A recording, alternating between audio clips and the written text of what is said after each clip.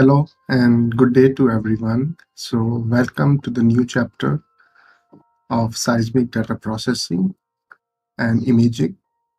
It's called seismic migration. In this video lecture, we have a learning outcome. The first learning outcome for this lecture would be to establish the understanding of migration. So, we have to know what is migration and why we need to apply during seismic data processing. And the second learning outcome of this lecture is to develop the visual capabilities of knowing the subsurface structure without migration. So let's understand what is seismic migration and what are the objectives or the main goal of the seismic migration. So let's start with what is seismic migration. So the seismic migration is actually a process of reconstructing a seismic section so that the reflected events which is coming from the dipping reflectors or the complex structure such as anticline, syncline, so that events are repositioned under their correct surface location. So in this case, I'm going to present some of the example such as dipping reflector, anticline, and syncline to show you why we need the seismic migration. And the final seismic section does not represent the true geometry of the reflectors. So thus the migration is applied to the final stack or either the pre-stack data to get the three main objectives. So the first objective or aim of seismic migration is to move dipping reflector to their correct position or the true position. So normally when we record the seismic data, when we have the subsurface geometry is complex, such as we have a lot of dipping reflectors, so in that case we will not get the true position of the dipping reflectors in time data. So that's why we have to apply the migration, either time migration or the depth migration. That one we are going to discuss.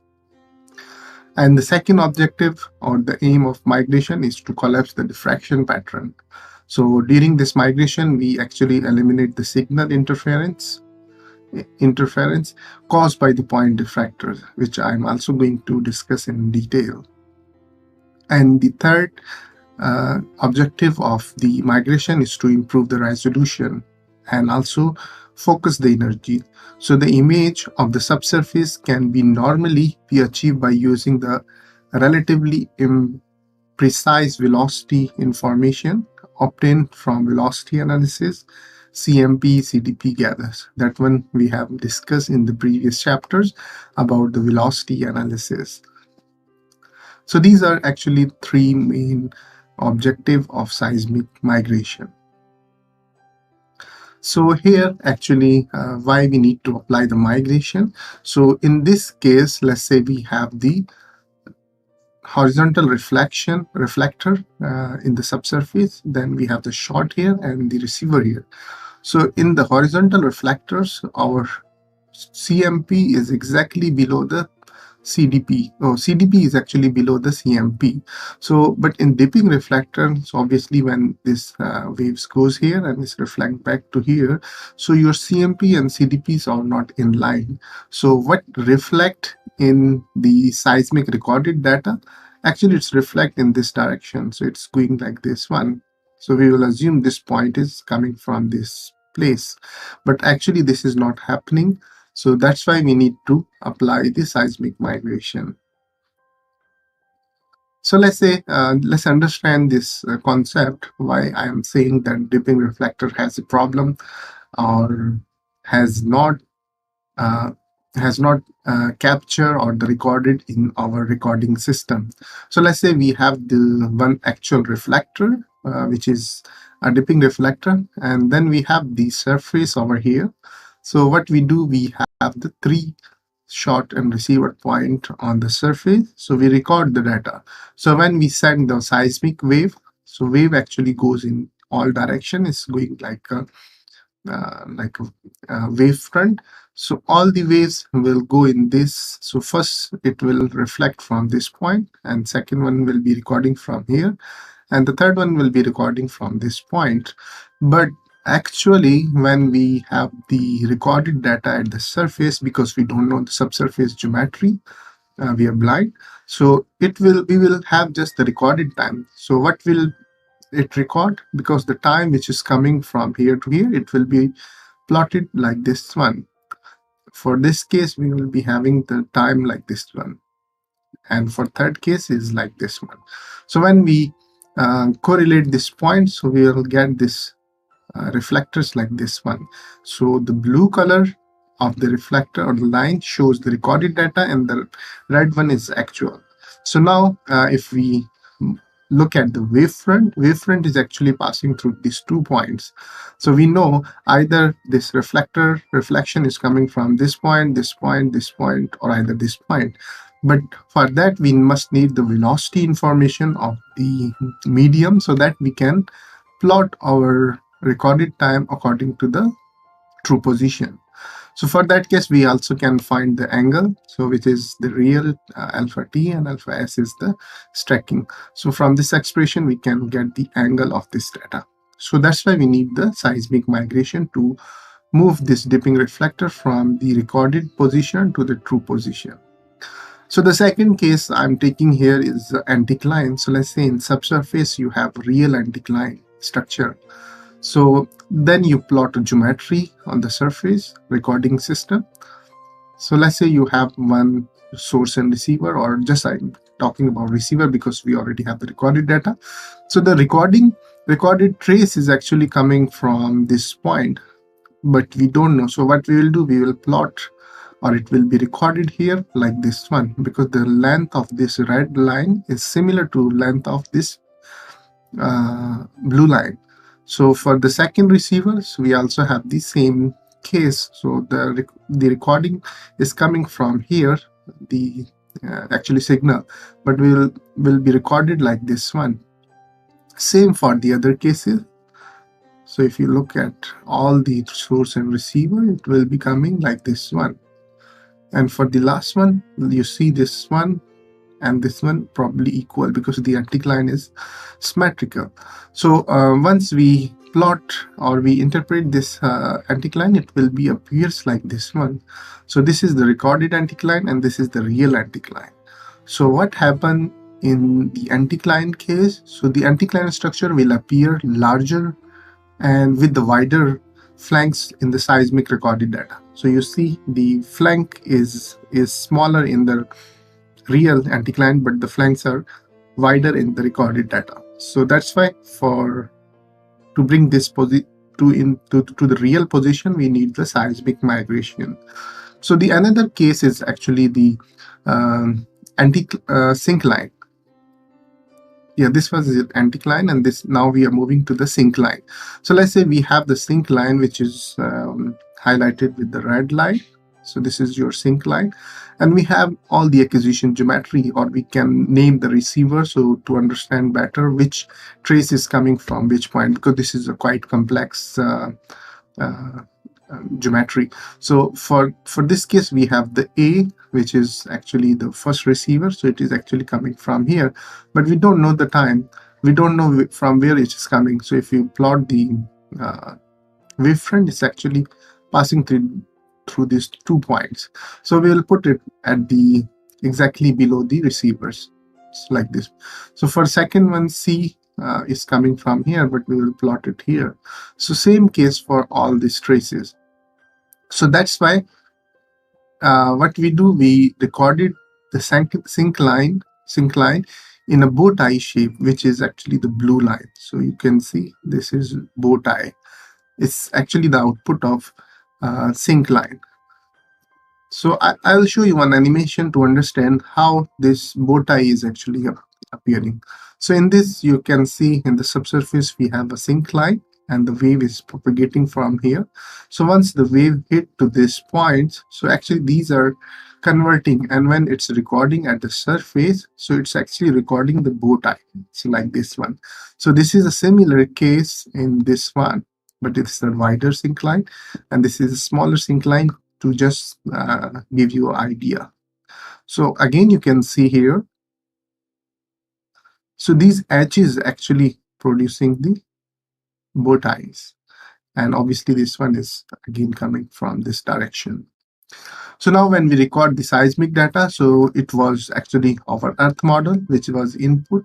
Then we have the unmigrated seismic data, so which is actually recorded and unmigrated, but it's processed. But now once we process and migrate our data, so it will looks like this one, because this is a very short survey. That's why you cannot see the reflector here. We are just focusing on the syncline edges and this part of syncline. So you can see a better syncline is image in this data.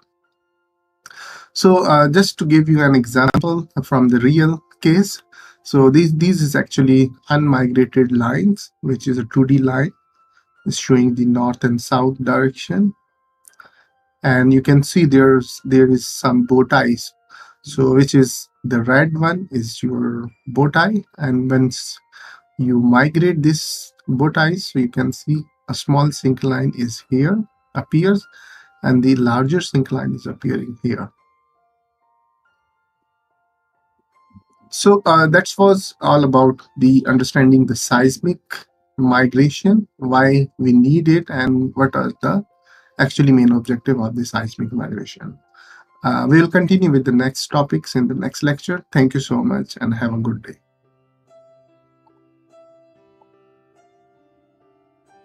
Hello and good day to everyone. So in this video, we are going to discuss about the classification of seismic migration as well as seismic imaging. So before starting the video, so we just get to keep in mind, so there are two learning outcomes for this video lecture. So in end of this video lectures, you will be able to analyze the classification of seismic migration as a whole, and also you will be able to evaluate the necessity of seismic migration and what are the stages to apply the seismic migration or the type of migration. So we will talk about the domains initially of the seismic imaging and migration. So there are actually 4 domains of seismic migration. So the first one, if we are talking about the theory, so in a theory way, we have 2 type of theories, which is following the wave theory, and the second one is our ray theory. So we will also discuss based on this classification how many type of migration algorithms are exist in the geophysics. And the second thing is when we are looking for the subsurface geology, so there are 2 cases. One is isotropic and another is anisotropic. Also, we can add some more complex geometry such as elasticity or the absorption, which is actually we are involving here with Q.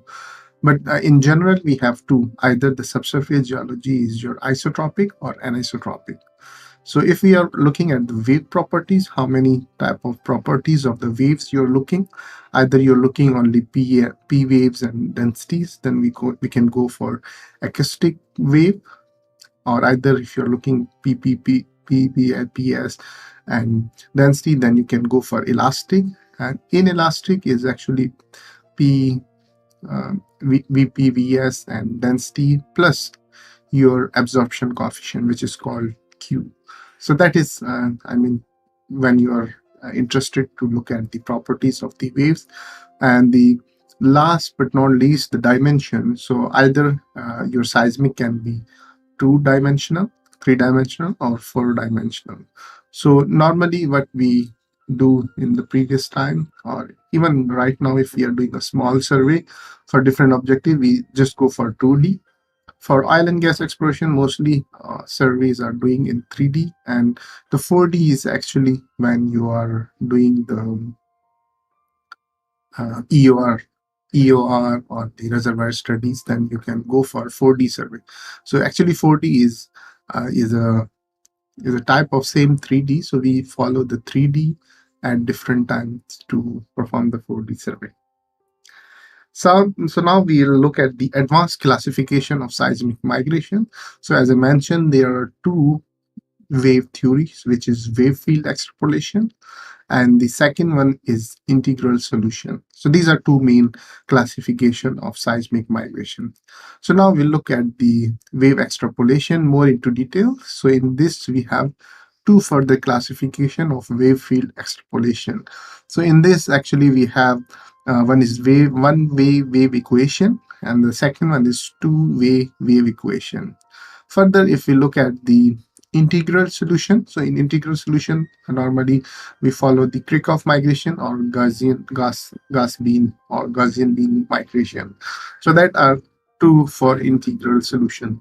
But in wave field extrapolation, we have further classification of one-way and two-way wave equation. So looking at the one-way wave equation, so we have the Fourier migration, phase shift migration, phase shift plus interpolation migration, split step migration, and phase screen migration. And if you look at the two-way wave equation, so in here we have reverse time migration, which is called RTM, and the full waveform migration, FWI. So which are the most popular or the new technique in the geophysics industry to have the accurate subsurface image. Obviously, when we go for, the advanced migration, you have the complexity and you need high computational power, and obviously it is more expensive. We are going to discuss this thing in some lecture as well. So now if we compare these two methods, which is the integral solution and the wave field extrapolation, which is also called the continuation method. So in obviously both have some pros and cons. So I have some strength and weaknesses. So if we look at the integral method, so in integral we have the Kirchhoff and Gaussian beam migration actually are the best known in this method. So it is actually distinguishing the feature is separation of calculation of the travel time from imaging.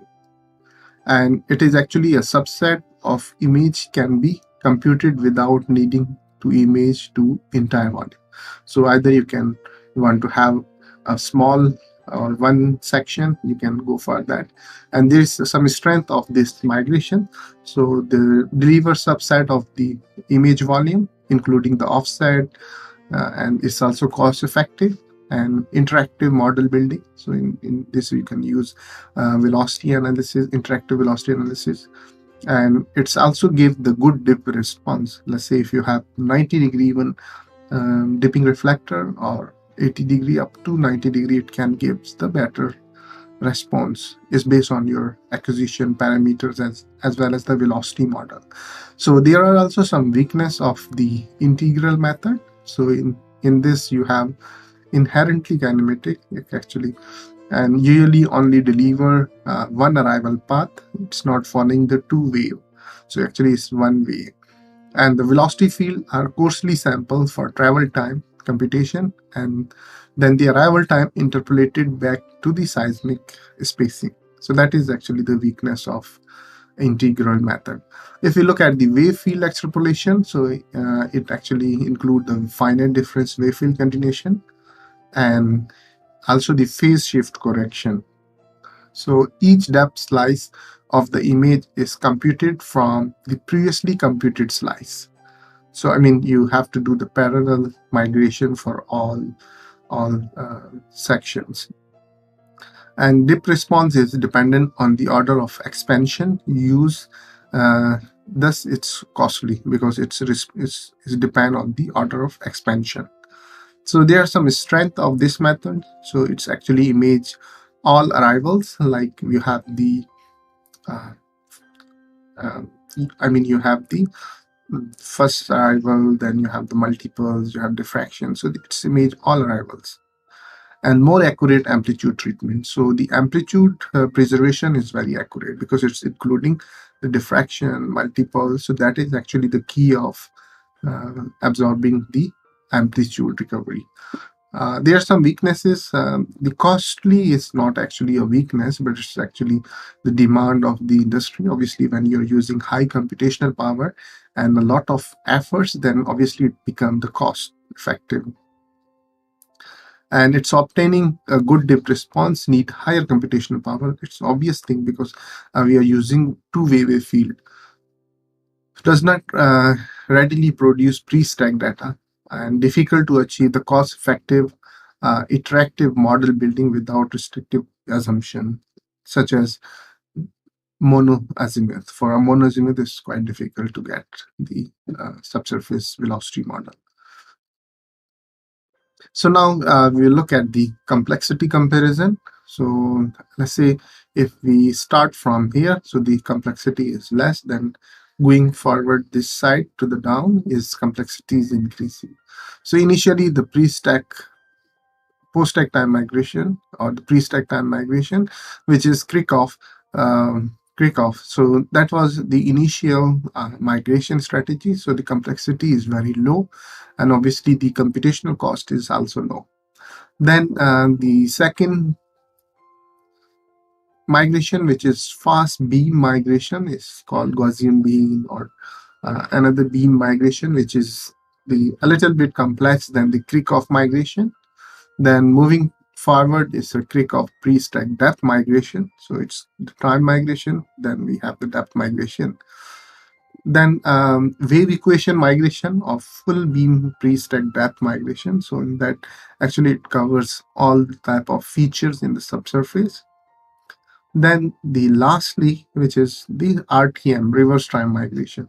So that is actually more complex. So if we're going like this one, so its complexity is increasing, and obviously the power, computational power and everything is also increasing in this part. So there are some things to note down that last time we discussed that in our domains and domains of the seismic data.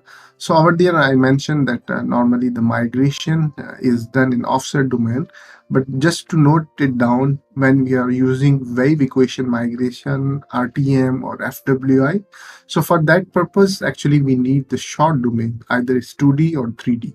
So we have to use the data which is in short domain. But when we are doing the Kirchhoff migration or the beam migration, so that is for that purpose we use common offset domain. So that is the additional thing which was contradicting from the previous lecture. So I have just mentioned here. So now if we look at the one-way FK reverse time migration, which is three type of migration I'm going to discuss. So first one is the Gazdag migration. It is a unary operator for depth variable velocity. So in this, we lose the dip component of the image because it's a one-way. So but two-way, obviously, it's image all the component of the dipping reflectors. So and also it is a least square method. A least square method is used to recover this high dip component. So the expression of Gazdag migration is this one, the final equation. Then the second migration is a phase shift migration. It's purely based on the reverse time modeling. So in RTM concept was actually, it's a two-way, but this phase shift is a reverse time modeling. So the constant velocity concept was removed, which was imposed by Stolt. And who was the person who actually represent this Stolt migration? And Jonio Gazdag shortly after the Stolt migration. Then lastly, we have the third type of migration, which is Stolt constant velocity migration. So in 1978, the Stolt, he's a scientist, based on his 2D FK migration, he proposed this Stolt constant velocity migration. So that concept was actually removed after this one, Stolt. So then lastly, we have the phase shift migration. So, but obviously, when we are using the constant velocity, the migration data exactly up to 90 degree. If we have the constant velocity, then high speed of migration and low computational power because of the constant velocity. So that was all about the lecture. Thank you so much.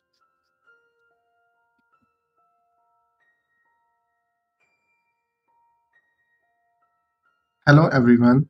So in this video we are going to discuss and understand about the seismic diffraction. So this will be a general overview of seismic diffraction, why these are important and how does it produce. So I will start from the very basic of understanding the seismic diffraction. So there are two learning outcome of this video lecture. So the first learning outcome of this video, as you will be able to understand the concept of diffraction in geophysics. And the second objective or learning outcome of this video lecture is you will be able to distinguish the diffraction in the seismic section during the processing. So once you are able to distinguish the diffractions, then you will not removing that diffraction, considering them as a noise. So that will be ultimate goal of this lecture. So let's start from the basic. So now the diffraction concept is actually the fundamental concept in light wave or the wave propagation, and it's actually heart of an imaging processing. So the seismic diffraction events are recognized by opposite polarity on either side of the hyperbola. So in the case of light or the light theory, so let's say if we have the light source here and it is passing through a slit and which has a hole in this slit. So when a light is passing from here, so you see this red light, so there should be a direct light here and the dark portion when it is not passing here. But in real case, what you observe, you have the direct light and you have the dark portion over here. But in between direct light and the dark portion, you have a very tiny light, which is called the diffracted light. And actually, it is producing from these edges of the slit. So same thing is happening in every day when your sun is about to set, and you will be looking at the some diffracted light at your sky during the sunset. So same thing is happening we are applying here, and the diffracted light is producing because of this. So you see this, these are the propagation of the direct diffracted light and appears at a blue color. I'm just representing the different colors, but actually it's not the blue color. So that would happen in the both side. So over here you have the dark, on the end you have the diffracted light and the direct light. So the similar way, obviously when our wave is propagating, so same case is happening in geophysics in seismic acquisition. So when you have the acquisition geometry on the surface, and let's say you have a discontinuous reflector. So your reflector is a small, which is the solid black line. So when you record your seismic data, so you have the traces over here around this reflector, but on the off reflector, obviously you don't have anything. So because of this edges, we have the diffracted wave, which is called the diffraction hyperbola. So in this, you will have this both sides. You have the diffracted wave. Let's say if you have a small point diffractor here, then obviously you will have the another one. But in this case, we have only two edges. Another thing that uh, the amplitude of this wave is we have the phase change. Phase is from positive to negative and from negative to positive. So off reflector we have the positive amplitude, and on reflector we have the negative amplitude. So once we recorded this type of energy, so it's mean there is some discontinuities. So another example I want to give you a quick example. So let's say we have three reflectors. So this is the subsurface geology, and also here is some geology. And actually it's follow the Huygens principle, and which state that each point diffractor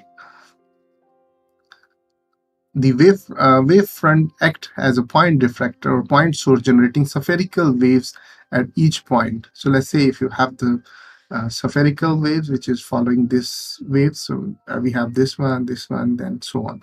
But when the reflector is discontinuous like this one, so here you don't have any reflector, further this one, so which is point P, so there you will have the diffracted wave. So either this side, then another diffracted wave will be on this side, so which will have the positive and a negative amplitude, and on off reflector you have the positive amplitude.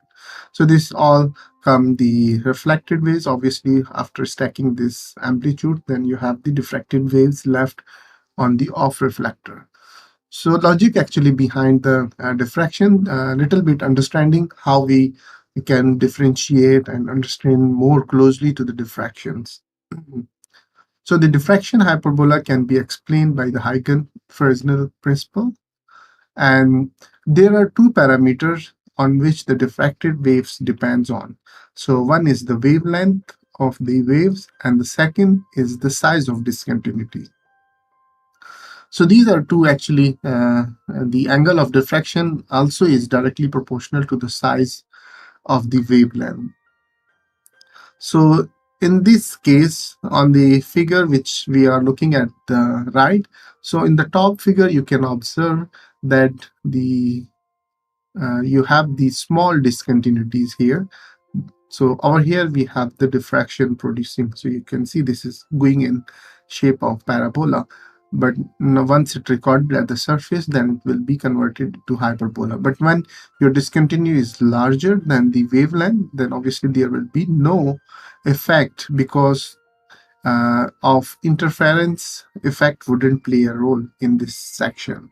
So in this case, we can conclude from these two figures and also the theory. So the high frequency, which actually have the small wavelength, so there will be lower angle of diffractions.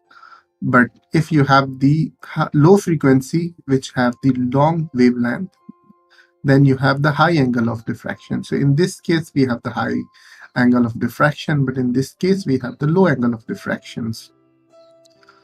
So now looking at the point diffractor, so let's say we have the surface over here, and we have the actual reflector, which is from A to B, and the point diffractor is at 0. And our source and receivers are here.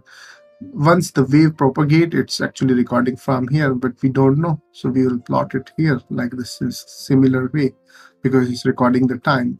But we know the wavefront, because the wavefront is the wave is going in this direction.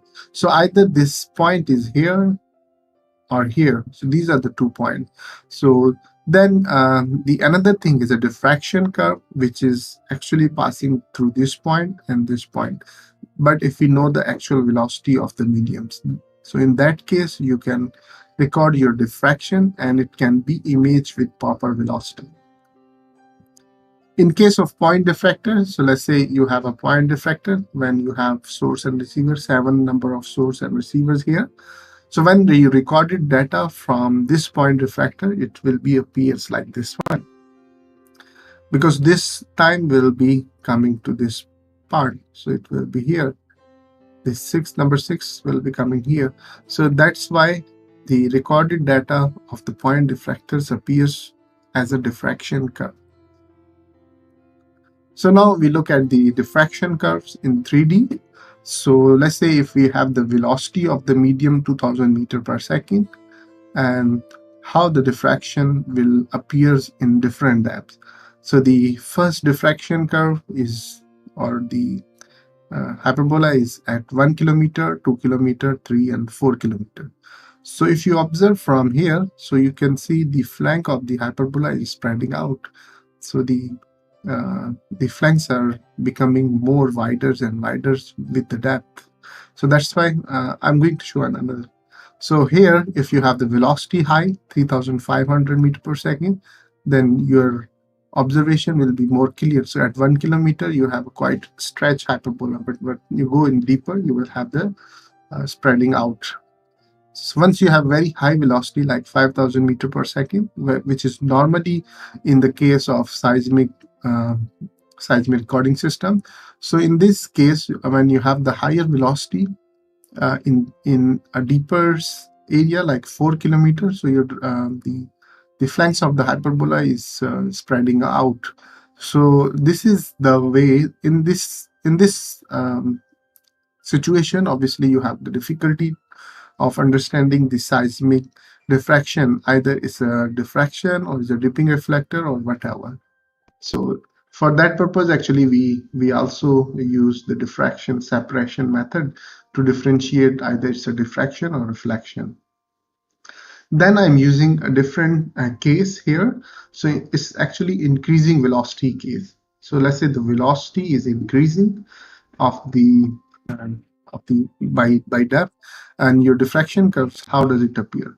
So let's say your velocity was 1000 meter per second, and your diffraction curves like this one at 1 kilometer.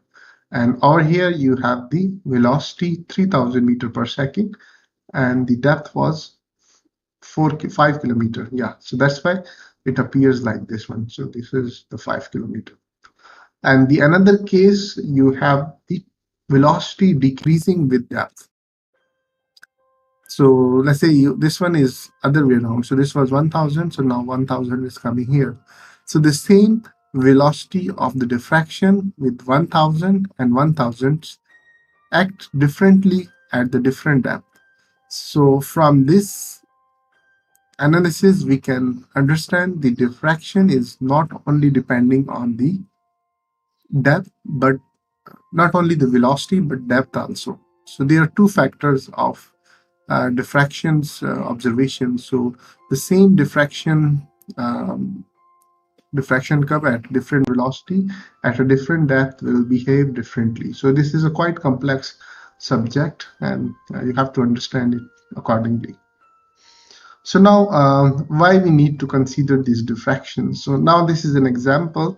So let's say if we have a velocity model, so the first layer velocity is 1500 meter per second, and the second one is 3000 meter per second. So when we have the recording system on the surface, so it was actually placed, the total distance is 3000, and each receiver was at 10 meter interval.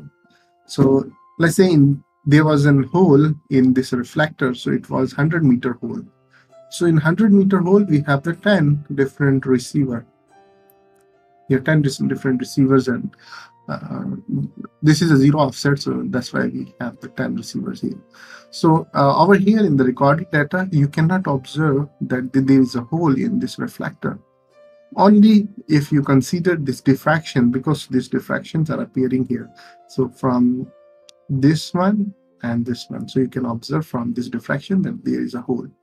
And the second case is actually we are widening our hole in reflector from 100 to 300 meters. So from 300 meters, we have the 30 points to be observed. But still you can see that there is a very slight change. It looks like a sync line, but the hole does not appear in zero offset data. So only the diffraction that actually gives you the clue of this hole in reflector. So there is some discontinuity. That's why you can consider this diffraction an image to get the discontinuity. So when we have this data set, we recorded this data set with two different frequencies. One was 30 Hertz, the dominant frequency, and the hole size is 100 meter, and the same frequency with 300 meter. And the second case was 80 Hertz, which was the dominant frequency, which is high frequency, and hole length still remained 100 and 300. So now I will discuss these two figures. So this is the low frequency data. So as I mentioned in the previous slide, that we have the low frequency, then higher angle of diffraction. So now here you can see the low frequency where the diffractions actually collapse. So now this is actually the unmigrated section. Then this is migration aperture 100 meter. So now here actually we are discussing the aperture. How does the migration aperture behave with the different frequencies? So this is 100-meter migration aperture because the whole length was 100 meter. Then we go for 300 meter and 500 meter. So here you can see at 100 meter you can't collapse, so you cannot get the hole in the reflector. But when you're using 300 and up to 500, you can get a better response. In the same case in 300 meter, so 100 you cannot get anything. 300 slightly okay, but the sharp edges of the hole you will get from 500 meter aperture length. In the same case when we are using the high frequency, so high frequency is 80 hertz. So over here you can see from 300 you can get the better response. So it's mean, and here if even you can get at 100-meter aperture, you can get the better response. So here actually what is the purpose of showing this example is to relate the frequency and diffraction and migration aperture. So the summary of this exercise is actually when we have the high frequency, so this is shallow penetration, so we get the high resolution. So same case is happening in medical imaging when we are doing X-ray. So for X-ray, actually we are using more than 200 hertz frequency. So that's why we just have to scan our body and you can see each and every bone of the human body because we are using very high frequency. So we don't need very deep penetration, but we need the high resolution. So that one is in case of medical imaging. But when we are doing the seismic, so we normally use low frequency. It does not mean low frequency, but it's below 100 hertz. So that's why we need deep penetration and low resolution. So low resolution in the sense of, because human body is in centimeters, but we are looking for 5-meter or 6-meter layers in the subsurface, which is the actual resolution of seismic. So here is a comparison of different parameters. One is frequency, another is depth, and wavelength with resolution. So over here, if you observe, when you have actually your frequency is inversely proportional to the wavelength. So you have the high frequency, small wavelength, low frequency, large wavelength. So same thing is explaining in this figure. So let's say you have high frequency,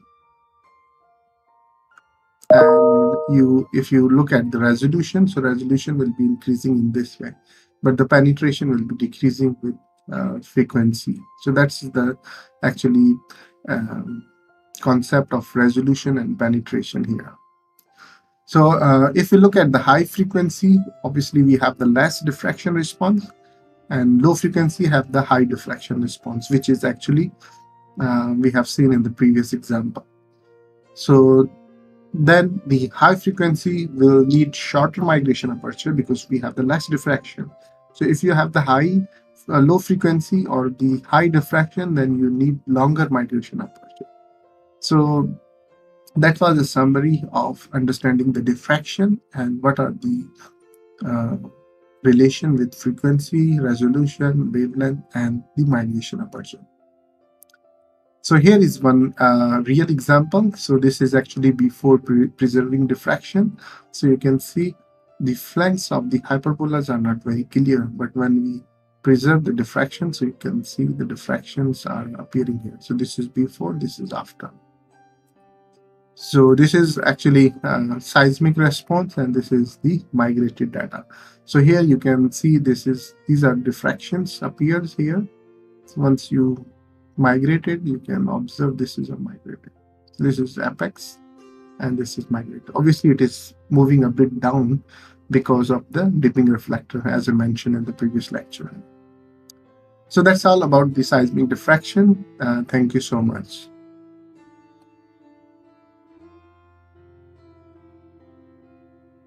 Hello and good day to everyone. So in the previous lecture, we have got the understanding of seismic diffraction, why we need it, and how to observe this diffraction, and what is the need of seismic diffraction in geophysics. So in this section of the lecture, we are going to learn about diffraction imaging by separation method. So there will be two learning outcome of this lecture. So first learning outcome is to develop a workflow for diffraction preservation using suppression method. So we are going to discuss two methods. And the second objective of this lecture is to apply the diffraction imaging and migration for getting the high resolution subsurface seismic. So I'm taking a very simple model for understanding the seismic diffraction and preserving them. So this is one of the models from Malaysian Basin. So we are expecting a small part of this model which is highly fractured or faulted. So now we have take the models from here. So if with a different velocity, 2000 meter, 2500, 3500 and 4500 meter per second. And if you observe the reflect or there was an intrusion or there is uplifting here, and that's why we have the strata moving upward and we have the very steeply dipping fault. So obviously for getting the data, we are using the finite difference modeling method. So which is following the wave equation. So from the two-way wave equation, so we have this equation. And in here, if you look at the finite difference algorithms, which follows these principles. So the equation 2 and 3 are actually derives from the Bussey and Weidel 1991. And the equation 4, which is the core of finite difference modeling, is derived from equation 2 from here. And finally, we got this equation using the velocity as well. So once we do the finite difference modeling, so we consider two different modeling methods. One is constant velocity and the variable density. So in this model, we use the different density, which 2000, 2200, 2500, and 2700 gram per meter cube. And in a variable density, as I discussed in the previous figure, so we have used the variable velocity as well. And the acquisition parameter, so the distance was 1000 meter in x direction, and our depth is 3000 meter, and dx, which is the receiver interval, was 10 meter, and sampling interval was 2 milliseconds, and the frequency, dominant frequency, was 50 hertz. So the algorithm one, which is actually diff frequency filtering, so in which we will be using a filter based on the frequency filtering. So if we look at the wavelength to the frequency equation, can be defined as f is equal to v over f. F is your frequency, v is velocity, lambda is your wavelength. So, and if you look at the wave number is denoted by k.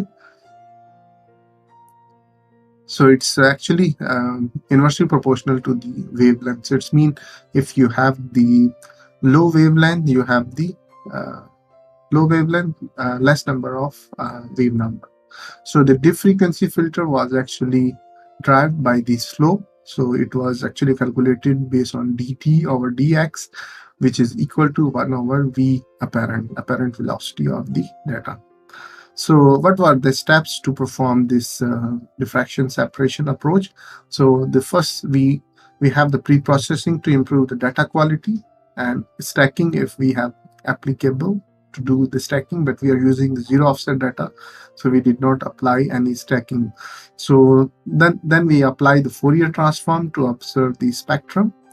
Then we design a filter on the basis of the reflector dip, which is actually dt over dx plane, and then we apply the frequency filter. So frequency filter is actually to remove the horizontal reflector depending on the slope. So then finally we apply the inverse Fourier transform to get back the results in the seismic diffraction section. So this is actually the after applying the Fourier transform, so we can observe the FK spectrum of the seismic data, which shows the horizontal reflection energy at minimum wave number. So this is actually the reflection which is coming from zero wave number, and these are all diffraction. So then we define a filter based on the slope, we define a slow filter over here to remove this energy, and we get the diffracted energy in this data. Then we apply the inverse Fourier transform to get back this result. So this was actually the input, which was zero offset. So you can see the red arrow which highlight the reflector, but in this data you can see the reflection has been removed and only we have the preserved diffractions. And the second method which we are using from formal 2002.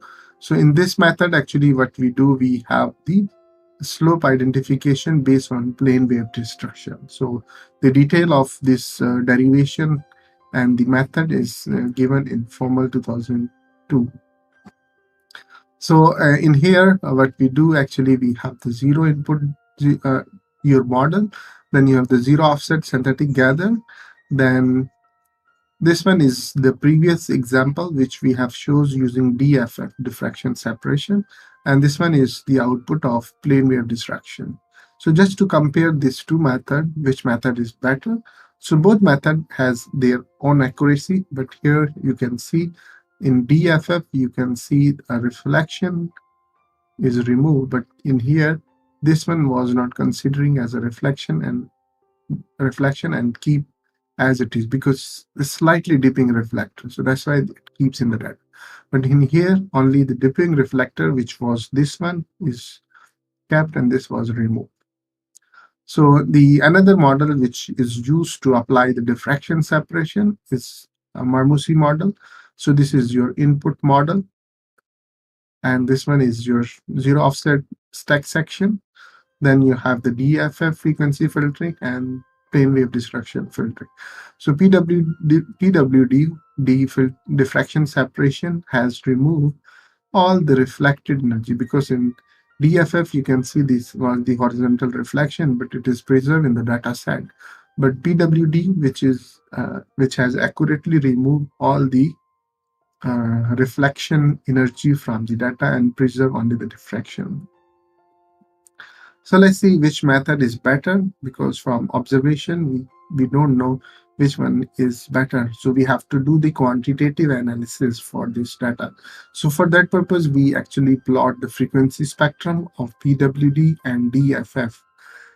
Looking at this figure or the graph, so you can look at this, the plane wave destruction actually preserve the low frequency data, which is from 0 to 10 hertz. And with the better amplitude recovery. But in DFF, the low amplitude data, low frequency data does not preserve the accurate amplitude in the separated diffraction. So with that all, obviously these two methods are better for preserving all the main frequency data, which is from 10 to 50 hertz. But in case of complex geometry, the plane wave destruction behave properly, such as in the case of Marmousi model. But DFF, obviously for the simple model, is give the best result. So these two methods, either way, we can use it. So the ultimate goal of diffraction imaging is actually to have the subsurface discontinuities in detail. So over here is one example from Look et al. So this one is actually the conventional imaging, so it's from the carbonate. Here you can see small classification, but it is not very clear. But when we do the diffraction imaging on this data set, so you can see a very tiny events inside this white or inside this red circle. You can see a lot of small features can be identified. So if you can see on here, it's actually the castification, but here it's denoted as a black dot, but here you can see white and black, which is a better preservation of amplitude. Amplitude means you have the white, black, or the positive and negative amplitude recovery to identify the castification property, and the small channels or the carbonate buildups, all the things will be more accurate. So the diffraction imaging main objective is to image the small scale events such as fault, fracture, discontinuity, edges of the salt body. These are the main objective of diffraction imaging. So this is a workflow of the work which has been performed before. So it's a very simple workflow to just for diffraction imaging. So once we have the short gather data, we do the initial processing. And if you're applying in the stack data, then you can do stacking. Otherwise, it can be worked for pre-stack data.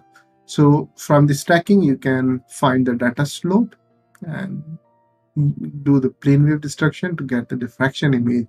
So similar stacking will you can convert into FKS transform, find the dip frequency filtering, and you can get the diffraction image section. So you can follow this article in SCG to get more understanding about the diffraction imaging. So with that's all, thank you so much. And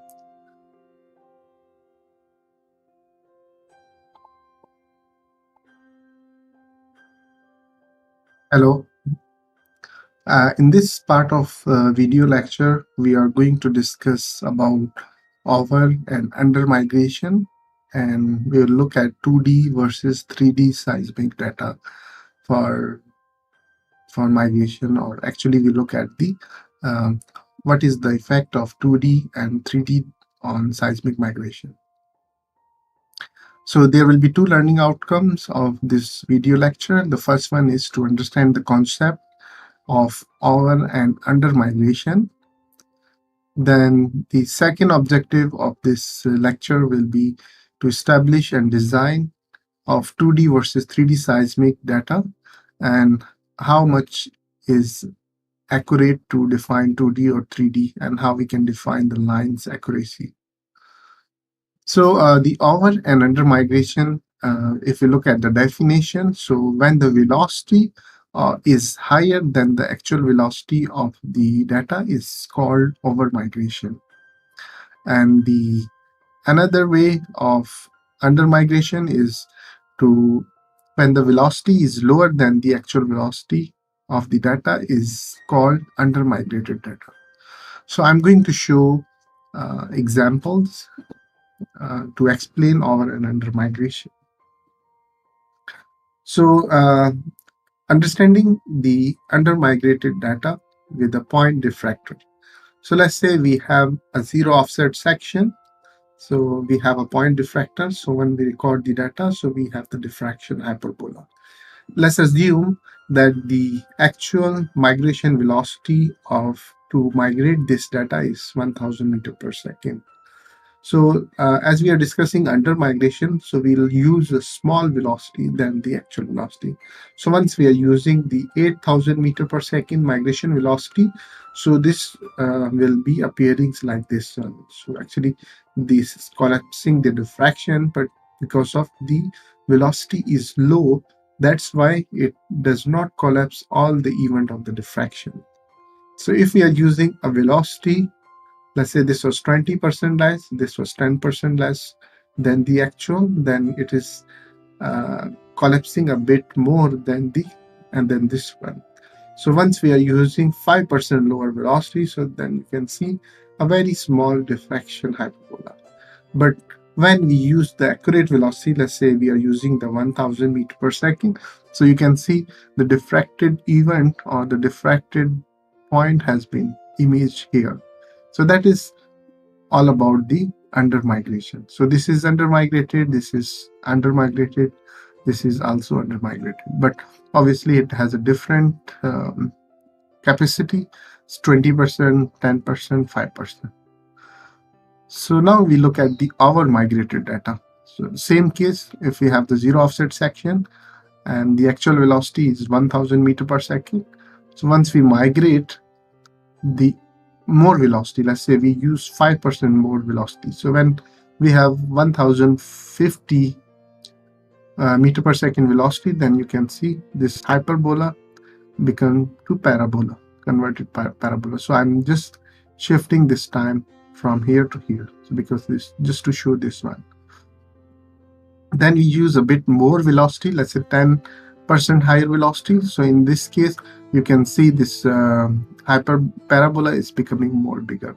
and so on. If you're using 20% higher, then the parabola is becoming more and more higher.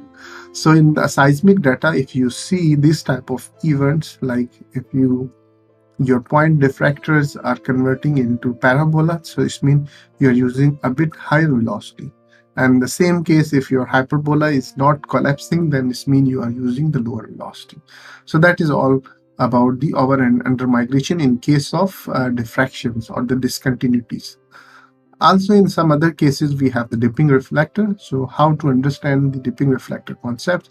So let's say on the left side, we have the zero offset section of the dipping reflector. There are multiple reflectors.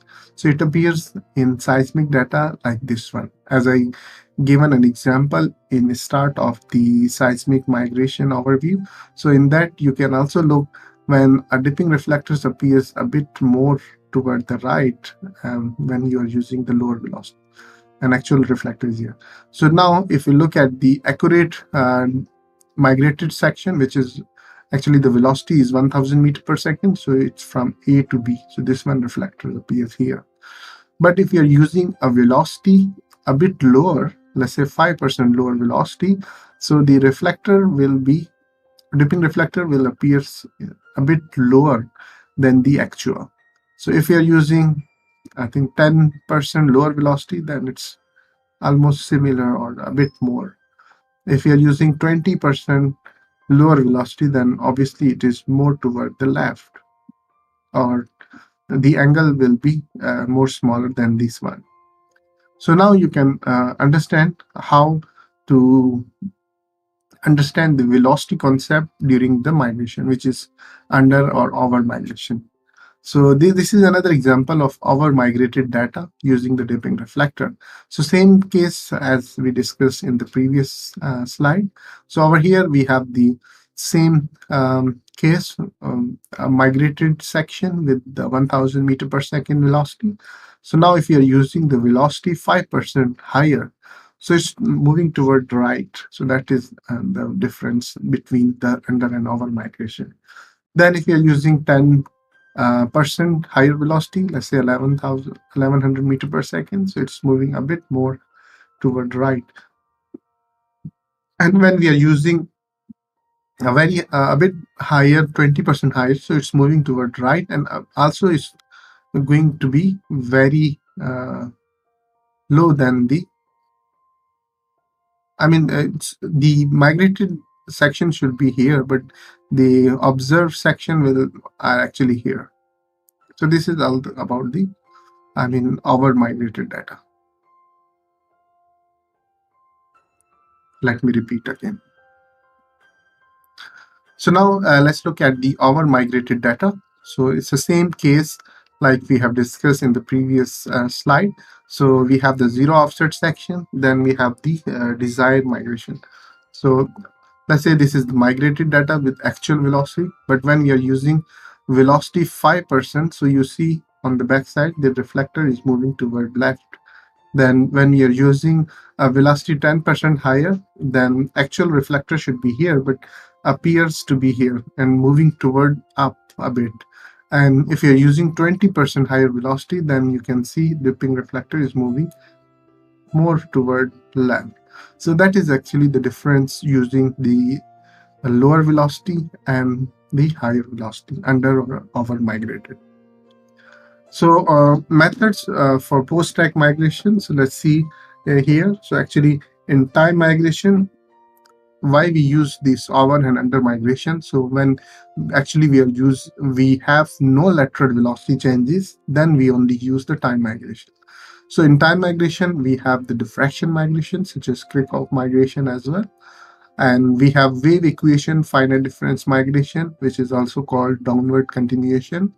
Or we also have discussed FK migration, which is phase shift, and Gazdag migration, stored migration also including in that.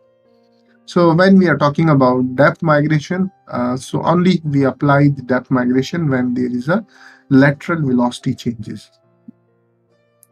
So now moving to the 2D versus 3D concept. So let's say we have a block given to us to explore this section. So let's say this is a area which is given to you to acquire your seismic survey. So what you do, you will design a line because you have the 2D acquisition geometry. So you will put, let's say, 1, 2, 3, 4, 5 lines in this direction, and let's say you want to have 2 lines crossing this 5 lines. So one line this one, so one line this one. So actually we will get all the data according to this line. So let's say this line has this color. I'm just giving an example of a picture how you can acquire. So how about this section, I mean this area which is unexplored. So what you do interpolation. So let's say this is black, this is black. So you will just plot this black here. If this is skin color, then you will plot it like this one. So the results will appears to be like this.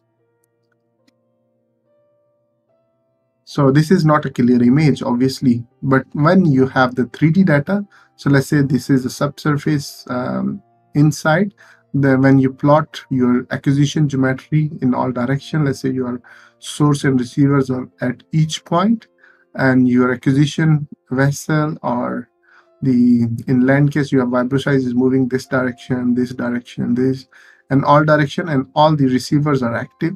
So you will have the full data. So based on this acquisition and migration, you will get the clear image of the subsurface. So in this case, I'm using just to show you an example of a picture. So in this, you can see very thin structure or thin things, or like the hair you can image, this one you can image, even the texture of each part of these face you can image, but in this one you could not. So if we compare 2D versus 3D, so 2D you will get these results, but 3D you will have the very clear image. So that was actually just to understand. So I'm giving you one more example, actually it's from literature. So let's say if you have a cube like this one, in that you have a different subsurface structure, like you have 2 anticline and this is the faulted or the dipping reflector. So when you acquire your data, so you can highlight which reflection is coming from which part. So let's say this anticline, which is green color, is showing with green. The yellow anticline shows with the yellow. The blue is your surface. The red is your dipping reflector. So it appears like this one. So if you see this anticlines appears larger than the actual because it's our migrated data. So once we do the 2D migration, so with 2D migration, you can get the flat surface, which is blue color.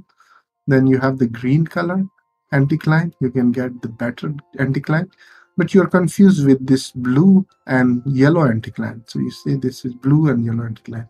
And also the dipping reflector, because this one is appearing again here. So like this one, red dipping structure. So that is actually in case of along this pink line. But when you have the 3D data, so in 3D data, what you have actually access of all sides of the data, because you have all the receivers in this direction, and in bin side, in each and every bin. So with that, you will have the red dipping reflector starting from left. Then you have this blue surface, the horizontal surface. Then you have green anticline, which is this one. And then again, you have the blue one. So that one is actually to give you a concept about 2D and 3D seismic migration, or 2D, 3D seismic data. So that was all about understanding under our migration and also 2D, 3D seismic. But that's all. Thank you so much, and hope to see you again. Hello and good day to everyone. So in this video, we are going to discuss about pre-stack versus post-stack migration. Also, we will look into time versus depth migration. This is actually a very important topic, and most of the students have confusion in doing pre-stack, post-stack, time, depth migration. So in this video, you are going to understand about the importance of pre versus post-stack migration. And the second ultimate goal of this video lecture will be the flow of data handling for migration strategy. I mean, you will understand which migration strategy you have to follow for which type of data. So let's start with the understanding time versus depth migration. So time migration is actually an appropriate as long as the vertical variations are moderate or it's mild. So I mean, in the case of subsurface is homogeneous or there is no lateral velocity changes, then there is no need of going for depth migration. So we just remain with the time migration. I will explain why we remain for time migration because of the cost and computational power. That are the cases to remain with the time migration. So let's say if lateral velocity gradients are significant, let's say you must have to consider the laterally varying velocity, then we need to use the depth migration, and the output of this migration will be a depth section, obviously. So when a stack section is migrated, we use the migration theory to the data recorded at zero offset. So in case of, I mean, talking about zero offset, sometimes this zero offset is also called exploding reflector mode. So the point to be noted, so the time versus depth migration is actually the difference between two terms is not the time versus depth. Actually, it is the difference of migration consideration velocity changes in horizontal direction like depth, or both allows for velocity changes in lateral or vertical direction and yield a section plotted in either time or depth. So it's mean it does not necessary to be having the time or depth migration. So it's just consideration of the velocity variation, how we consider these velocity variations. So now here actually there are a very good example or the summary of all migration. So what you can do, we have two domains, which is post and pre, and the two based on the velocity variation is time and depth and the migration. So from this part we can make four combination. The first one is post stack time migration, and the second one is the post stack depth migration, or either you can go for pre stack time migration or you can go for pre stack depth migration. So these are four combination can be achieved by this migration strategies. So if you look at the complexity, why we remain with the time migration and depth migration or pre or post stack. So if you look at the, let's start with the post stack time migration. So post stack time migration is a very basic migration. So in this direction, increasing lateral velocity variation and increasing structural complexity. So let's say if you have zero lateral velocity changes and structural complexity, then you can remain with the post-stack time migration. So that's good enough to go. And then second is post-stack depth migration. So the post-stack depth migration is a wide range, but still the complexity is not that it's not that complex of the subsurface geology. So it's remained with this it's a wider section of post-stack depth migration. But if you look at the pre-stack time migration, so pre-stack time migration, when you have the structural complexity and you have the lateral velocity changes, then you have to go for depth migration. So if you plot one line here, so this is only lateral complexity in sense of structure, complexity in sense of velocity variation. So these are the things why we need to pick the time migration, depth migration, pre-stack or post-stack. So that is a key figure of this time and depth migration. So now we're looking from the example. So let's say in this case, this is one of the model from Eaton Robin training.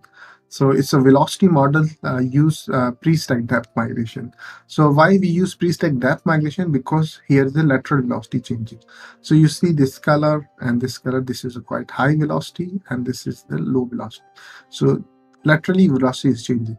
So once we do the time migration, pre-stack time, so because this is a time, so you can see this structure is moving upward because this is a higher velocity.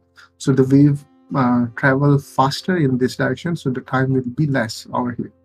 But when you do the depth migration, so you see all the event will be recorded here.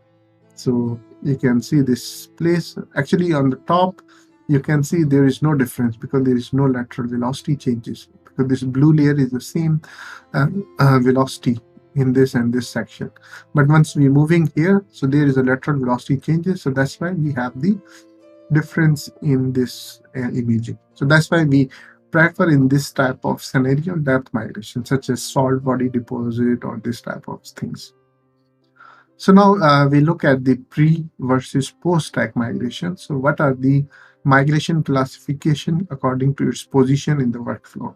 So the post migration has some features which is less time consuming, low cost, and loss in data. There's some data will be lost. But if you look at the pre-stack migration, because in post-stack you lost data mean you will stack your data before migration. So in pre-stack migration, it takes long time, a bit high cost than the post-stack migration, and there will be no data loss because you are not doing any stacking before migration.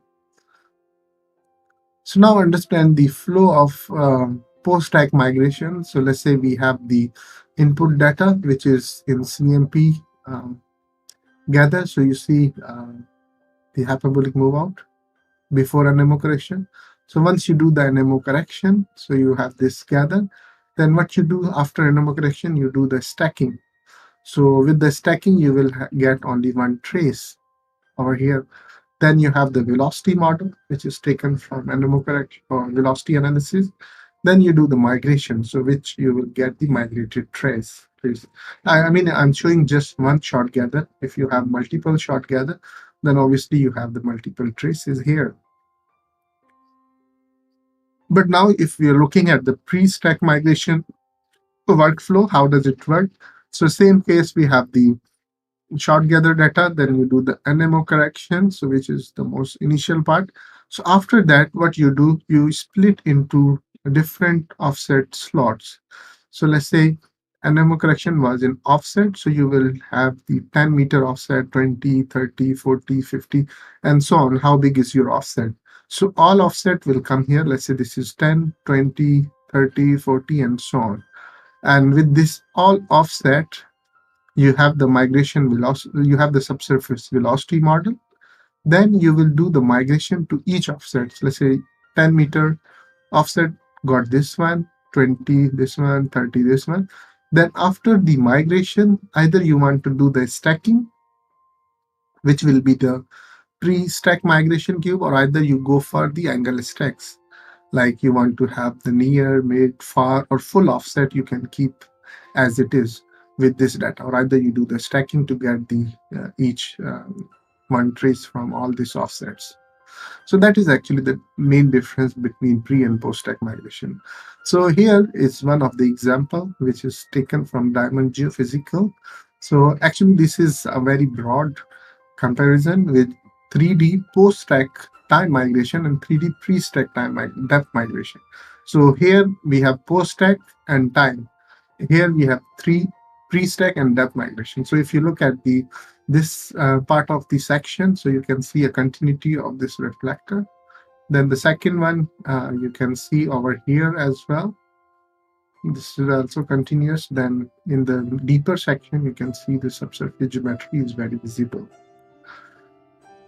So now there are actually some critical parameters using this migration. So in Kirchhoff migration, you have the migration aperture, which is a critical parameter.